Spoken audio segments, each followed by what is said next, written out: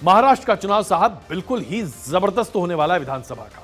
और वो इसलिए क्योंकि ऐसी जोड़ तोड़ वाली राजनीति महाराष्ट्र ने आज तक देखी नहीं थी। महाराष्ट्र में स्थिति क्या है, जैसा कि हमने देखा लोकसभा में भी जब चुनाव हुए उस वक्त भी किसी को समझ नहीं आ रहा था कि महाराष्ट्र की जनता कहां और कैसे वोट देने जा रही है। जैसे कि अभी आप सीटों का आंकड़ा देखिए, लोकसभा में 48 लोकसभा की सीटें हैं, जिसमें से कांग्रेस को 13 लोकसभा की सीटें मिली 16.92% वोट शेयर के साथ। शिवसेना उद्धव ठाकरे को 9 सीटें मिली 16.52 वोट परसेंट के साथ। यानी देखिए वोट शेयर एक भी है, लेकिन सीट्स का आप अंतर देखिए। भारतीय जनता पार्टी को 9 सीट हासिल हुई 26.18% वोट शेयर के साथ। एनसीपी शरद पवार, जो कि कांग्रेस और शिवसेना उद्धव ठाकरे के साथ मिलकर चुनाव लड़ रही थी, उसको 8 सीटें मिली 10.27% वोट शेयर के साथ। और शिवसेना शिंदे ग्रुप को 7 सीटें मिली 12.95% वोट शेयर के साथ। एनसीपी अजीत पवार गुट को 1 सीट मिली 3.46% के साथ। यानी कि कुल मिलाकर आप देखें तो इतने बड़े पैमाने पर बड़ा विघटन वोटों का महाराष्ट्र में एक बहुत लंबे अरसे के बाद आज देखने को मिला है। ऐसी स्थिति में जैसे ही लोकसभा के चुनाव खत्म हुए, खींचतान का दौर बड़े पैमाने पर शुरू हो गया। जैसा कि हम आपको बताएं कि भारतीय जनता पार्टी यहां पर अपने आप को बहुत बड़े पैमाने पर बैकफुट पर देख रही है। भारतीय जनता पार्टी की अभी एक मीटिंग चल रही है जिसमें तमाम बड़े नेता मौजूद हैं।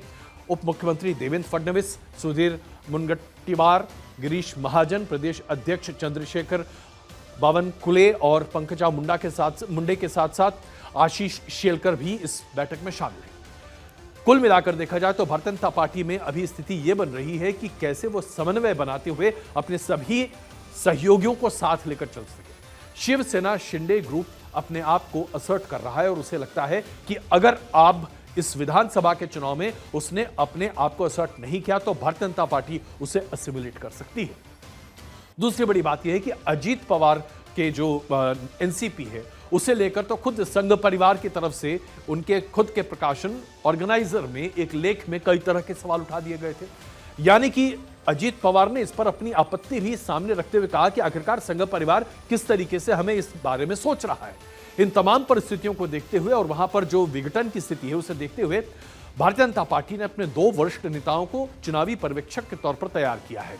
भूपेंद्र यादव और अश्विनी वैष्णव, ये दोनों वहां पर इलेक्शन इंचार्ज हैं। इन दोनों के अभी तक के ट्रैक रिकॉर्ड जबरदस्त हैं। अश्विनी वैष्णव ने पिछले साल मध्य प्रदेश की विधानसभा के चुनाव में भारतीय जनता पार्टी के प्रभारी के तौर पर काम किया। उसके बाद ये दोनों यानी कि भूपेंद्र यादव और अश्विनी वैष्णव प्लानिंग के लिए माहिर माने जाते हैं। और सबसे बड़ी बात तो यह है कि इन दोनों के पास जो जातीय समीकरण को समझने की सूझबूझ है उसे भी बड़े पैमाने पर समझा जाता है। कुल मिलाकर इन दोनों का चुनाव यह बताता है कि भारतीय जनता पार्टी किसी भी कीमत पर महाराष्ट्र में कोई भी गलत कदम नहीं उठाना चाहती।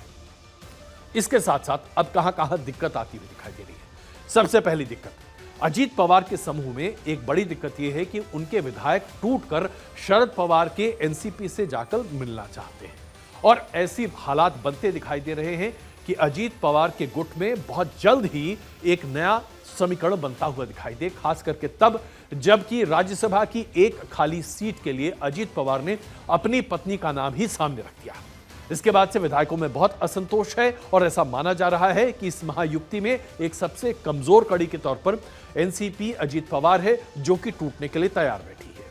जहां तक शिवसेना की बात की जाए शिंदे की, वहां पर भी बहुत ही गंभीर स्थिति है। शिवसेना शिंदे का मानना है कि उसको कम से कम 100 विधानसभा की सीटें मिलनी चाहिए, जिसके दम पर वो अपनी खुद की उपस्थिति रखे। मुख्यमंत्री के पद पर शिंदे अभी मौजूद हैं और वो अभी भी अपने आप को सीनियर पार्टनर के तौर पर दिखाना चाहते हैं। यानी कि शिवसेना शिंदे को लेकर भी भारतीय जनता पार्टी के बीच में तनातनी है। शिवसेना शिंदे ने लोकसभा के चुनाव के दौरान अपनी सीटें कम होते हुए देखकर भी बहुत ज्यादा उफ नहीं किया, लेकिन लोकसभा के चुनाव में जो नतीजे आए वो अनुकूल नहीं है।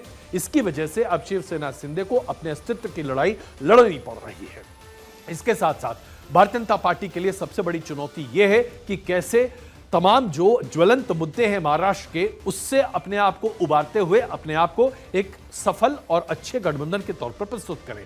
मसलन मराठा आरक्षण के मुद्दे पर भारतीय जनता पार्टी अभी भी बैकफुट पर चल रही है। इसके साथ साथ जो किसानों का मुद्दा है, भारतीय जनता पार्टी के लिए यह बहुत ही चिंता का मसला है। भारतीय जनता पार्टी की तरफ से अगर आप देखें तो केंद्र सरकार ने अभी किसान निधि जारी किया है, एमएसपी की दरें बढ़ाई गई हैं, किसानों की सहूलियत के लिए कई तरह के नई स्कीम्स लाई जा रही हैं। लेकिन क्या किसान अपने आप को तैयार कर लेंगे कि महाराष्ट्र में वो भारतीय जनता पार्टी को समर्थन दें?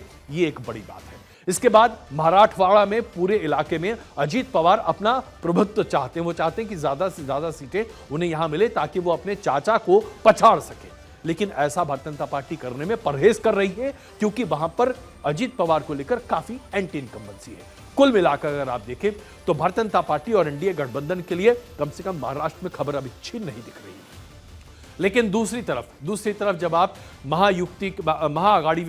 महाविकास अघाड़ी की बात करते हैं तो वहां पर 3 समूह हैं: कांग्रेस पार्टी, शिवसेना उद्धव ठाकरे और उसके साथ साथ नेशनल एनसीपी शरद पवार। तो सबसे पहले कांग्रेस की बात करते हैं। कांग्रेस को उम्मीद से बेहतर इस बार नतीजे लोकसभा के चुनाव में मिले हैं, लेकिन यह इसलिए संभव हो पाया क्योंकि वोटों का कंसोलिडेशन था।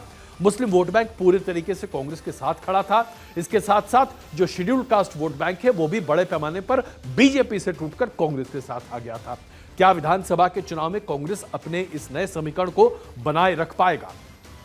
संविधान में जो बदलाव का डर कांग्रेस के तमाम नेताओं ने महाराष्ट्र में लोकसभा के चुनाव के दौरान दिखाया था, वो अपने आप में लोगों के दिमाग में बैठा है। लेकिन क्या उसको विधानसभा के समय चुनाव के इस पूरे समीकरण को इनकैश कर पाएगी कांग्रेस? ये एक बड़ा सवाल है। दूसरा बड़ा सवाल, संगठन के तौर पर आज कांग्रेस महाराष्ट्र में पहले के मुकाबले काफी कमजोर दिखाई दे रही है। उसके कई कद्दावर नेता आज कांग्रेस के साथ नहीं है, बीजेपी के साथ उन्होंने ज्वाइन कर लिया है। ऐसे में क्या कांग्रेस अपने आप को एक बड़े पार्टनर के तौर पर महाराष्ट्र में प्रस्तुत कर पाएगी? ये एक बड़ा सवाल है। दूसरा सवाल यह निकल कर आता है कि शिवसेना उद्धव ठाकरे यह मानता है कि वो इस पूरे अलायंस में सबसे बड़ा पार्टनर है।